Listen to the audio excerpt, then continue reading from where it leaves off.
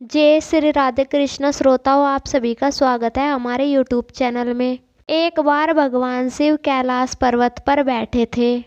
तभी माता पार्वती भगवान शिव से मिलने के लिए आती है और कहने लगती है, प्रभु जब मैं आपसे मिलने के लिए आ रही थी तो मेरी नज़र मृत्युलोक पर पड़ी। वहाँ मैंने क्या देखा कि 3 स्त्रियाँ जो आपस में सहेली थी, उनमें से 2 स्त्रियां विधवा होकर के दुखी जीवन जी रही थी, जबकि एक स्त्री सुहागन होकर के अपने पति के साथ सुखी जीवन जी रही थी। हे स्वामी, यह बात मेरी समझ में नहीं आई, इसलिए मेरे मन में 3 प्रश्न गूंज रहे हैं। अब मैं आपसे यह चाहती हूँ कि आप मेरे तीनों प्रश्नों के उत्तर देकर मुझे संतुष्ट करने की कृपा करें। इस प्रकार माता पार्वती की बात सुन करके भगवान शिव कहते हैं, हे पार्वती, तुम मुझे अपने तीनों प्रश्न बताओ। मैं तुम्हें तुम्हारे प्रश्नों का उत्तर देकर तुम्हें पूरी तरह से संतुष्ट करने का प्रयास करूँगा। अब माता पार्वती कहती है, हे प्रभु, मेरा पहला प्रश्न है, कौन सी स्त्री समय से पहले विधवा हो जाती है। मेरा दूसरा प्रश्न है कि कौन सी स्त्री को जीवन में कभी सुख नहीं मिलता है। और मेरा तीसरा प्रश्न है कि कौन सी चीज़ ऐसी है जो एक पत्नी अपने पति के मांगने पर भी नहीं देती है। इस प्रकार माता पार्वती के सभी प्रश्न सुन करके भगवान शिव कहने लगे, पार्वती, तुम जिन स्त्रियों की बात कर रही हो, उनमें से 2 स्त्रियां विधवा होकर के अपना दुखी जीवन जी रही है और वहीं पर एक स्त्री सुहागिन होकर के अपने पति के साथ अपना जीवन सुखी जी रही है। तुम जानना चाहती हो कि आखिरकार ऐसा क्यों है। मैं तुम्हें एक छोटी सी कहानी सुनाता हूँ। हे पार्वती, इस कहानी को ध्यान से सुनना। आधी अधूरी कहानी सुनने वाले को आधा ही ज्ञान मिलता है, जो जीवन में कभी काम नहीं आता है। तुम्हारे तीनों प्रश्नों के उत्तर इस छोटी सी कहानी में समाये हुए हैं। इस कहानी को यदि तुमने ध्यान से सुना तो तुम्हें तुम्हारे तीनों प्रश्नों के उत्तर मिल जाएंगे और तुम्हें संतुष्टि की प्राप्ति होगी। माता पार्वती कहती है, हे प्रभु, मैं आपकी बात से सहमत हूँ, आप कहानी शुरू करो। मैं कहानी को पूरे मन से सुनूंगी और जब तक आप कहानी कहोगे तब तक मेरा मन किसी दूसरे स्थान पर नहीं जाएगा। भगवान शिव कहते हैं, हे पार्वती, सबसे पहले मैं तुम्हें उस स्त्री की कहानी सुनाता हूँ जो सुहागिन होकर के सुखी जीवन जी रही है। हे पार्वती, जिस सुहागिन स्त्री की तुम बात कर रही हो वो एक राजा के नौकर की पत्नी है और जिस नौकर की वह पत्नी है, उस नौकर को अपनी पत्नी पर पूरा विश्वास है कि वो पतिव्रता है, जिसकी महिमा वो अपने साथियों में बार बार कहता है। अब देखो, एक दिन की बात है, उस राजा के नौकर ने अपनी पत्नी की इतनी प्रशंसा की कि यह बात फैलते हुए राजा के दरबार में पहुंच गई। फिर राजा ने अपने उस नौकर को बुलाया और कहा कि तुम हर किसी से अपनी पत्नी की प्रशंसा करते रहते हो कि तुम्हारी पत्नी पतिव्रता है। क्या वास्तव में तुम्हारी पत्नी पतिव्रता है? क्या तुम्हें पूर्ण विश्वास है? आगे भगवान शिव कहते हैं, हे पार्वती, इस प्रकार से राजा की बात सुन करके नौकर कहने लगा, हे महाराज, मुझे पूरा विश्वास है कि मेरी पत्नी पूरी तरह से पतिव्रता है। अब उसी समय पे राजा का महामंत्री कहने लगा, यदि मैं तेरी पत्नी का पतिव्रत धर्म खंडित कर दूं तो तुझे क्या सजा मिलनी चाहिए? नौकर कहने लगा, यदि तुम मेरी पत्नी का पतिव्रत धर्म खंडित कर दो तो महाराज मुझे फांसी लगा देना, क्योंकि मुझे अपनी पत्नी पर पूरा विश्वास है। अब वह राजा का नौकर राजा से कहने लगा, महाराज, यह मेरी पत्नी का पतिव्रत धर्म खंडित नहीं कर पाएगा, तो इसको क्या सजा मिलनी चाहिए? राजा ने कहा, मंत्री को भी फांसी की सजा दी जाएगी। भगवान शिव कहते हैं, हे पार्वती, इस प्रकार महामंत्री ने स्वीकार कर लिया।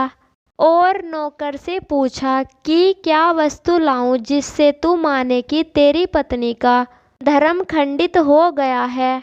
तो नौकर ने कहा कि मंत्री, यदि तुम मेरे घर से जा करके मेरे विवाह के समय पर मुझे एक पटका मिला था और एक कटार मिली थी जो दूल्हे को देते हैं, वो मेरी पत्नी ने बहुत ही संभाल के रखी है, जो सुहाग की निशानी मानी जाती है।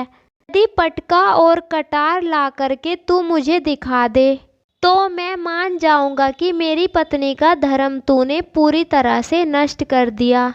अब भगवान शिव कहते हैं, हे पार्वती, शर्त स्वीकार हो जाने के बाद में वो मंत्री शहर में जाता है और एक दूती से जा कर के मिलता है। वो दूती एक दूसरे से भिड़ाने का काम करती थी और जो काम कोई नहीं करता था उस काम को करने में वह सक्षम थी। फिर इस प्रकार उस मंत्री ने उस दूती को अपने स्वार्थ के लिए बुलाया और दूती से कहा कि देखो, इस नाम का एक व्यक्ति है, इससे मेरी शर्त लगी है। और फिर उस दूती को उसने शर्त के बारे में सभी बातें बता दी और फिर उस दूती से वह कहने लगा, तू कैसे भी करके उस स्त्री से मेरा संपर्क करा दे, तुझे जितना धन चाहिए मैं उतना ही धन दूंगा। भगवान शिव कहते हैं, हे देवी पार्वती, इस प्रकार मंत्री की बात सुन करके दूती कहने लगी, भाई तू उस औरत के बारे में बात मत कर, वह औरत पूरी तरह से पतिव्रता है, वो तेरी ओर देखेगी भी नहीं और उसके परिवार वाले भी खूंखार है, तेरी खाल उतार लेंगे। तब मंत्री कहने लगा, ठीक है, यदि तू मेरा उससे संपर्क नहीं करा सकती तो एक काम कर दे, तो उसके घर जा कर के पटका और कटार चुरा करके ला दे, मैं तुझे मुंह मांगा इनाम दूंगा। भगवान शिव कहते हैं, हे पार्वती, यह बात दूती की समझ में आ गई। उसने कहा, ठीक है, मैं तुम्हारा काम अवश्य करूंगी। नौकर शहर में रहता है। दूती नौकर के घर जाती है और उसकी पत्नी से बोलती है, बेटी, मैं तेरे पति की बुआ हूँ, कई वर्षों के बाद आई हूँ। तो उस स्त्री ने कहा, आओ बुआ जी, मैंने आपको पहले कभी नहीं देखा इसलिए पहचान नहीं पाई। और इस प्रकार से उस नौकर की पत्नी ने उस स्त्री को बहुत सम्मान दिया, मगर उसे क्या मालूम था कि यह उसके साथ में छल करने आई है।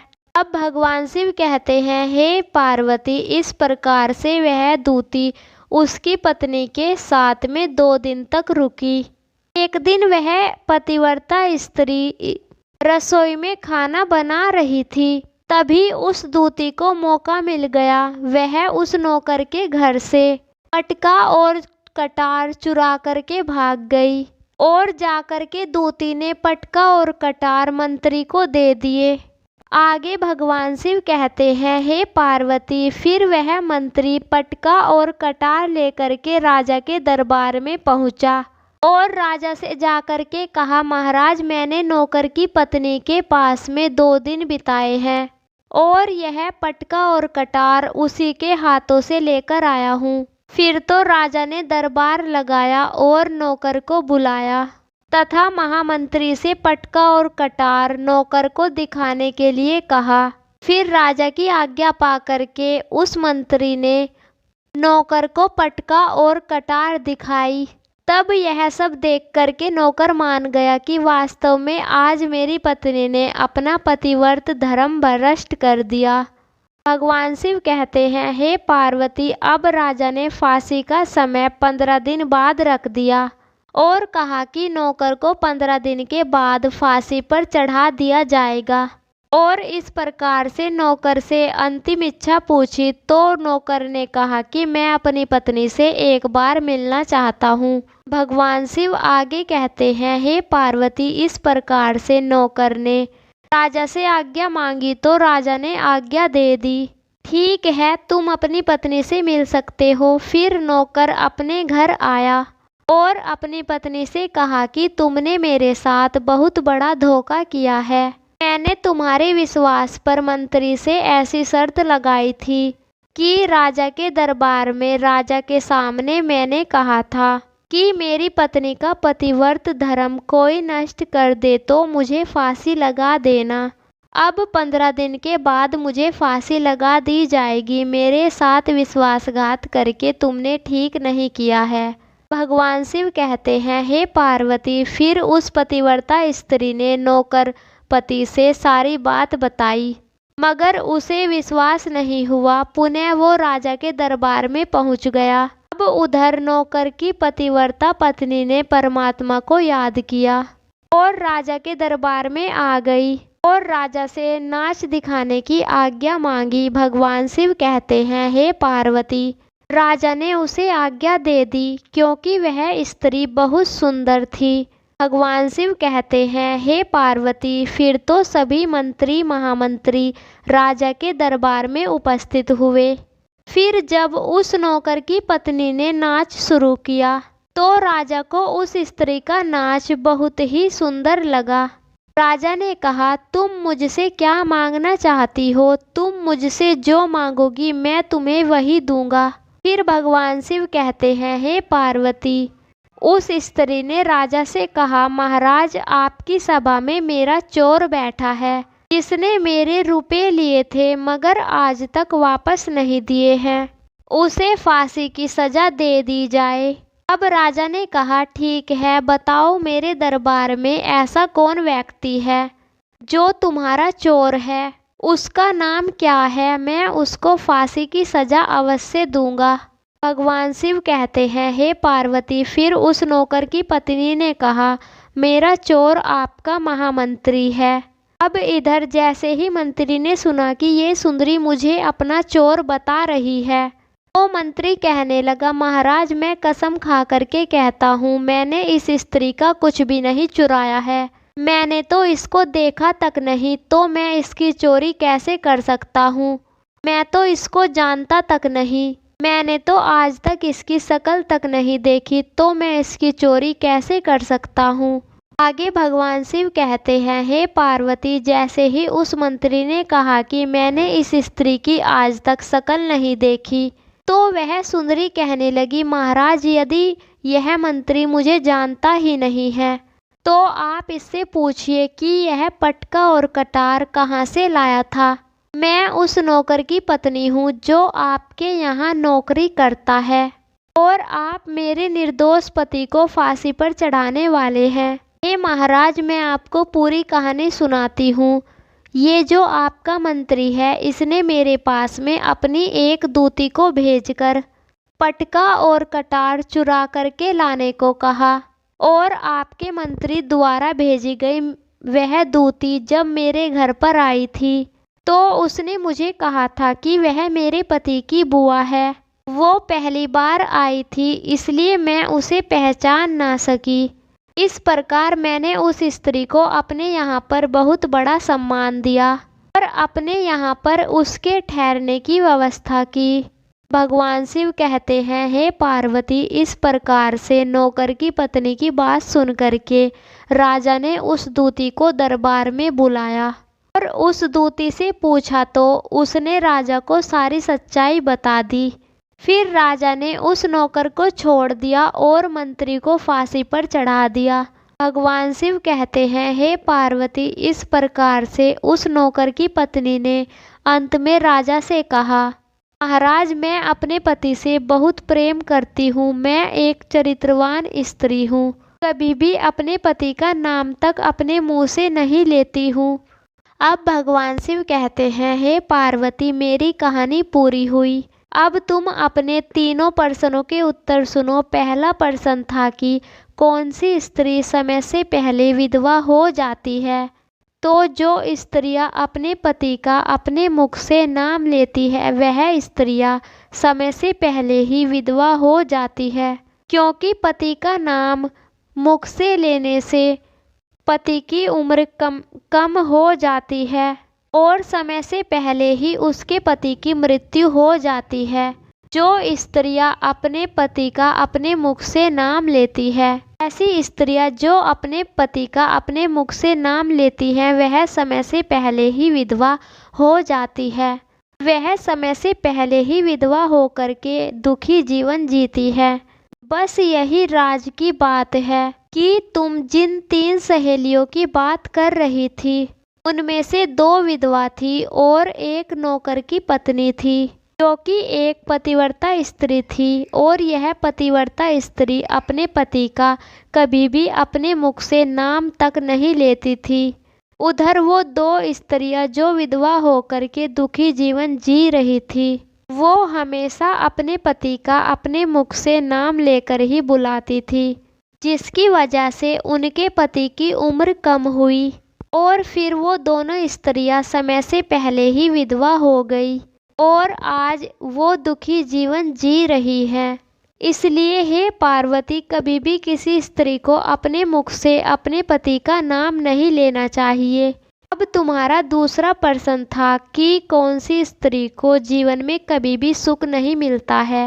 हे पार्वती, जो स्त्रियां अपने पति की बिना अनुमति के किसी तीर्थ स्थान या उत्सव में जाती हैं, उनके जीवन में कभी सुख नहीं आता। ऐसी स्त्रियां जीवन में हमेशा दुखी रहती है और उन्हें अपने पति का कभी प्रेम नहीं मिलता। अब भगवान शिव कहते हैं, हे पार्वती, अब भगवान शिव कहते हैं, हे पार्वती, तुम्हारा दूसरा प्रश्न था कि ऐसी कौन सी चीज है जो एक पत्नी अपने पति को मांगने से भी नहीं देती है।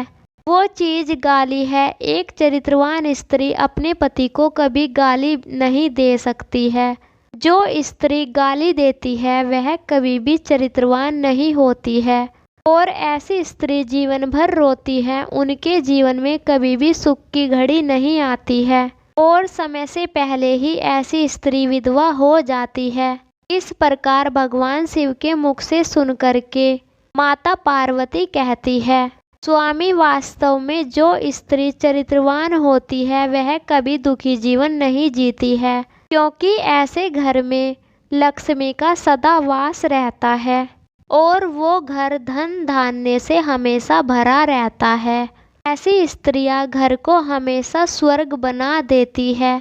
आप सभी से आशा करती हूँ कि यह कहानी आपको पसंद आई होगी। अगर आपको ये वीडियो पसंद आया है तो कहानी को लाइक करें, चैनल को सब्सक्राइब करें और हमारे वीडियो को ज़्यादा से ज़्यादा शेयर करें और कमेंट बॉक्स में हर हर महादेव अवश्य लिखेगा। आप सभी का धन्यवाद।